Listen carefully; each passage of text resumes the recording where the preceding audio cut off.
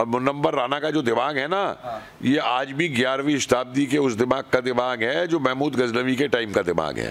तू ये कहता है कि संसद को तोड़वा दो और वहां खेत बनवा दो और सरकारी गोदामों में आग लगवा दो।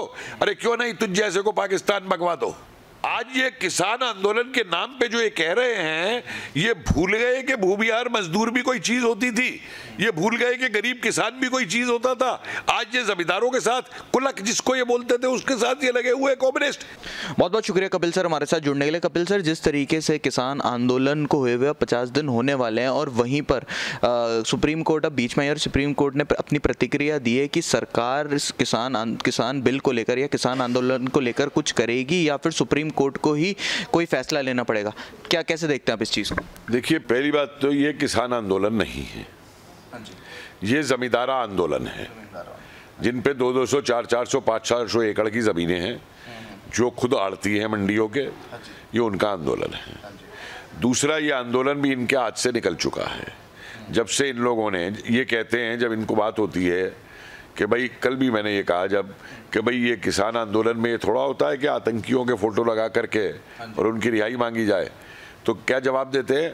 आतंकियों को तुम पकड़ो, अच्छा तुम तो उनको बीच में अपने बिठाओ ला करके, तुम तो उनके फोटो लगवाओ वहाँ पे ला करके, हैं, और सरकार से कहो कि उन्हें पकड़े, और सरकार पकड़ने जाएगी तो तुम उन्हें बचाओ वहाँ पे, ये लेकर के। तो ये तमाशा जो है, ये आंदोलन, मैंने बार बार ये कहा कि ये एक एक्सपेरिमेंटल ग्राउंड है। जिस तरीके से शाहीन बाग को बनाया गया था उसी तरीके से एक्सपेरिमेंट ग्राउंड है कि ये समझते हैं कि सरकार से कानून ये वापस करवा दे तो कल को फिर 370 भी वापस लो, ट्रिपल तलाक भी वापस लो और वो CAA भी वापस लो। ये एक अराजकता फैलाने का तरीका है। सर, बार बार लगातार जो है किसानों को जो बरगलाया जा रहा है, भड़काया जा रहा है, उनको भटकाया जा रहा है, उनको जो इस बिल के बारे में ढंग से बताया नहीं जा रहा। और वहीं पर अगर हम योगेंद्र यादव जैसे नेताओं की बात करें, ये जहां पर भी जाते हैं अपने आप को हर चीज़ का स्पेशलिस्ट, ये CNRC के जब शाहीन बाग में बैठना होता है वहाँ पर भी स्पेशलिस्ट बन जाते हैं। अब ये किसान बिल पर भी स्पेशलिस्ट बन जाते हैं। जब 370 हटाई जाती है वहाँ पर भी ये स्पेशलिस्ट बन जाते हैं कि इनको सब कुछ पता है। पर भी स्पेशलिस्ट थे ये, 5 मिनट में JNU पहुँच गए थे ये। तो यहीं से इनकी मंशा सामने आ जाती है कि ये क्या है, ये क्या चाहते हैं। ये कोई देश का विकास चाहते हैं, ये कोई प्रजातंत्र अधिकार चाहते हैं जनता के लिए? ये तो हर जगह अराजकता फैलाना चाहते हैं। और मुझे समझ नहीं आता सरकार बंद क्यों नहीं करती इन्हें उठा करके, क्यों ये फालतू घूम रहे? 4 को उठा के इनको बंद करे, तबीयत खुश हो जाएगी इनकी, जो दिन रहेंगे तिहाड़ में जा करके ये लोग। और सर, वहीं मुनव्वर राणा जैसे भी जो शायर हैं, जो सो कॉल्ड शायर हैं, जो कभी फ्रांस में जब किसी का गला काटा जाता है तो ये बोलते हैं कि जो भी हुआ बहुत अच्छा हुआ और मैं होता तो मैं भी यही करता, और वो भी इस तरीके से कंट्रोवर्शियल बयान दे रहे हैं जबकि उनका तो कोई मतलब वास्तव ही नहीं है किसान बिल को लेकर और किसानों से। कैसे देखते हैं? कहते हैं संसद। देखिए, ये कंट्रोवर्शियल बयान नहीं है, ये बहुत सोचे समझे भारत विरोधी बयान है ये। और मुनव्वर राना का जो दिमाग है ना, ये आज भी 11वीं शताब्दी के उस दिमाग का दिमाग है जो महमूद गजनवी के टाइम का दिमाग है। ये भूल गया है कि ये आज 21वीं शताब्दी है, ये 11वीं शताब्दी नहीं है, ये 15वीं शताब्दी नहीं है जो बाबर आ गया था यहाँ पे और बाबर को सह लिया गया था यहाँ पे। और वो जो जिन्ना छोड़ गया है ना अपनी ऐसी औलाद को यहाँ पे 2-4 को, हैं, इनका जवाब जनता देना बहुत अच्छी तरीके से जानती है कि ये क्या है। देखिए, एक तरफ ये कहते हैं कि हिंदुस्तान में माइनॉरिटीज़ को अधिकार नहीं है, माइनॉरिटीज़ डरी हुई हैं, उन्हें धमकाया जाता है। अरे अगर उन्हें धमका के रखा जाता तो तेरी ये हिम्मत पड़ती कि प्रजातंत्र का जो सबसे बड़ा संगठन है संसद, तू ये कहता है कि संसद को तोड़वा दो और वहाँ खेत बनवा दो और सरकारी गोदामों में आग लगवा दो।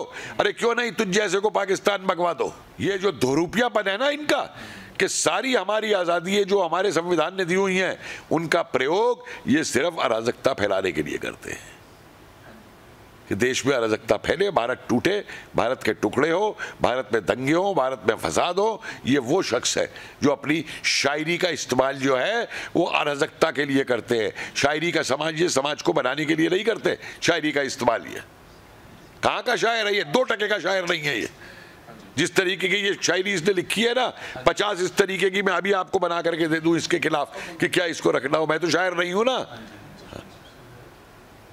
कि चिल्लाता रहे मुनव्वर राना। तू जितना भी चिल्लाएगा देश और सतर्क होगा, राष्ट्रवाद तुझे जवाब दिलाएगा। बोल कितनी कविताएं मैं अभी लिख करके दूं इसको जवाब के अंदर।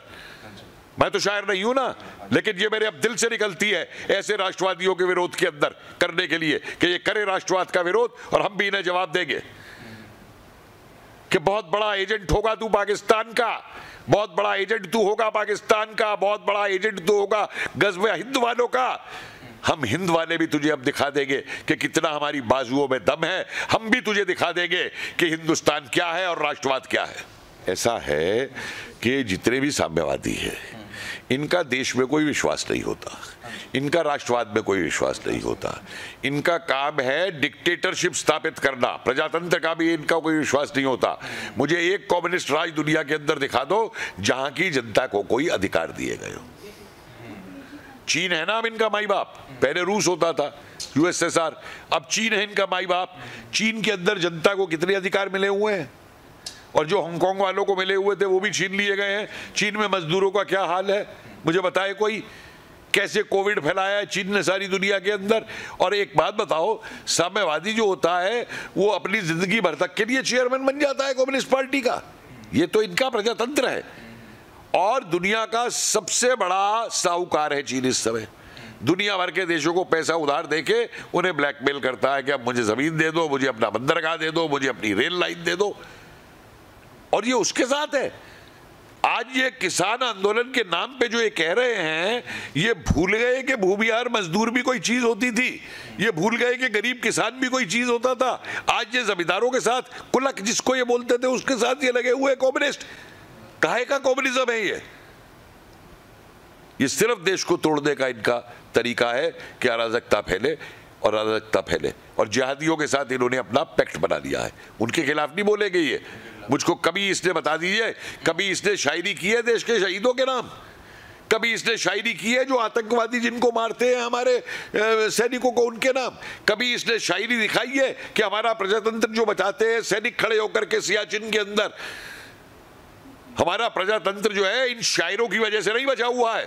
हमारा प्रजातंत्र जो है इन टुकड़े टुकड़े गैंग के 25 लोगों के नारे लगाने की वजह से नहीं बचा हुआ है। हमारा प्रजातंत्र अगर बचा हुआ है तो हमारे उस सैनिक की वजह से बचा हुआ है जो हमारे प्रजातंत्र की, हमारे देश की, हमारे झंडे की, हमारे अधिकारों की 24 घंटे बॉर्डर पे खड़े होकर के रक्षा करता है, ना कि ये बकवासी जो रोज यहाँ पे बकवास करते हैं और देश को बदनाम करते हैं। कपिल सर, वहीं जो यहाँ पर जो बैठे हुए जो अराजक तत्व हैं, हम योगेंद्र यादव पर आऊँगा मैं, तो योगेंद्र यादव जैसे जो लोग हैं वो सरकार के और किसानों के बीच में जो आए हुए हैं और उनसे बात नहीं करने दे रहे, क्या कहना है? भाई ये देखिए, ये तू कौन मैं खाम खा कि चुनाव में मेरे को तो ना मिले 5000 वोट भी, समझे आप। मैं कहीं का नेता नहीं, लेकिन क्योंकि मैं अराजकतावादी हूँ तो मुझे अपनी नेतागिरी चलानी है। तो प्रशांत भूषण ये हुए, वो स्वरा भास्कर हुई, वो आपकी वो कौन सी है वो अरुंधति रॉय हुई, समझे ना, वो मेधा पाटकर हुई। इनका धंधा ये है, इन्होंने किया क्या है इसके अलावा आज तक जो है। और ये एक फैशन बन गया है कि ये आके यहाँ पे बोलेंगे, गाली निकालेंगे तो मीडिया इनको ऊपर उठा लेता है कि साहब ये जो नेता बन गए, मतलब ये तो नेता बनने के नए नए फार्मूले जो बन गए हैं ना, तो ये फार्मूले बन गए हैं पूरे के पूरे नेता बनने के। तो नेता ये इस तरीके से नेता बनेंगे। देश बेवकूफ़ नहीं है, आज की पीढ़ी बेवकूफ़ नहीं है जो समझती नहीं है इस चीज़ को कि किस तरीके की अराजकता देश के अंदर फैला रहे हैं ये। वहीं सर, कल करनाल में मनोहर लाल खट्टर जी की जो रैली थी उसमें तोड़फोड़ की गई। 5000 से ज़्यादा जो किसान थे उन्होंने घेर लिया था उनकी रैली को, हेलीपैड को तोड़ दिया गया, वहाँ पे जितनी भी पूरी रैली में तोड़फोड़ ये सारी चीज़ें हुई। आप कैसे देखते हैं? भाई बड़े शांति प्रिय आंदोलन हो रहा है जमींदारों का। शांति प्रिय आंदोलन इससे ज़्यादा क्या हो सकता है कि आप हेलीपैड का रास्ता तोड़ दो, आप रैली तोड़ दो, आप ये कर दो। तो ये बहुत शांति प्रिय आंदोलन है इनका, तो चलाए रखे अपने शांति प्रिय आंदोलन को। देखिए, किसी भी स्प्रिंग को इतना नहीं दबाना चाहिए कि वो स्प्रिंग उठ करके वापस अपने सिर पे लगे आकर के। तो मैं तो भारत सरकार की इस मामले में तारीफ करूँगा कि प्रजातंत्र के सारे सिद्धांतों का पालन करते हुए उन्होंने कोई सख्त कदम इनके ऊपर नहीं उठाया है। और जिस दिन ये सख्त कदम उठेगा तो आम किसान पे नहीं उठेगा, गरीब किसान पे नहीं उठेगा, मजले किसान पे नहीं उठेगा, लेकिन जो ये जमींदार है और ये जो अराजकतावादी ठेकेदार बन के बैठ गए हैं ना, इनके ऊपर उठेगा। कपिल सर, एक आखिरी सवाल, क्या आप अपील करना चाहेंगे सरकार से कि अब जो ये मैटर जितना भी ये हो चुका है ये किसान बिल को लेकर, तो कैसे अब ये शांत होगा और क्या आप सरकार को ऐसे कड़े कदम उठाने चाहिए कि सुप्रीम कोर्ट भी बीच में ना आए? देखिए, मेरी सरकार से मैं लगातार पिछले कई दिन से अपील कर रहा हूँ कि जो सुधार आपको स्वीकार्य हैं इस बिल में, तीन मुख्य तौर पे, आप एमएससी पे कानून ले आइए, ठीक है। आप ये कहिए कि हमने स्पेशल कोर्ट बनाए हैं, उनमें आप जा सकते हैं, डीएम पे जा सकते हैं, एसडीएम पे जा सकते हैं और नॉर्मल कोर्ट पे भी जा सकते हैं। और तीसरी चीज के जो ये कंपनियां होंगी, ये फसल को होल्डिंग नहीं कर सकते दोबारा बेचने के लिए। अगर आलू की कंपनी आलू रखती है तो अपने आलू बनाने के लिए रखे, वो ये नहीं कि आलू का महंगा अगर बाजार में हो गया तो उस आलू को बाजार में बेचने लगेगी। तीन चीजें ये सरकार करे, ठीक है। और उसके बाद सरकार ये कह दे संघीय व्यवस्था है ना, कृषि कॉन्करेंट लिस्ट में है ना, ठीक है, एजुकेशन भी कॉन्करेंट लिस्ट में है, शिक्षा में भी यूजीसी बहुत सी बातें कहता है जो राज्य नहीं मानते हैं। तो जिस राज्य को ये कानून मानना है वो माने, जिसको नहीं मानना है ना माने। पंजाब पहले ही कह चुका है कि हमने नहीं मानना, केजरीवाल आपका बिल फाड़ चुका है, यही केजरीवाल कह दे मैं इसको नहीं करूंगा, आप देखना दिल्ली के आसपास के किसान क्या केजरीवाल का हाल करते हैं। और यही किसान जाए फिर कहे अमरिंदर सिंह से जाकर के कि भाई मत लागू करो, ये मामला खत्म। और जो ये आतंकवादी हैं वहां पे पहुंचे हुए, अराजकतावादी पहुंचे हुए हैं, इनको उठा के बंद करवा दे तिहाड़ के अंदर, सीधी बात है। बहुत बहुत शुक्रिया कपिल।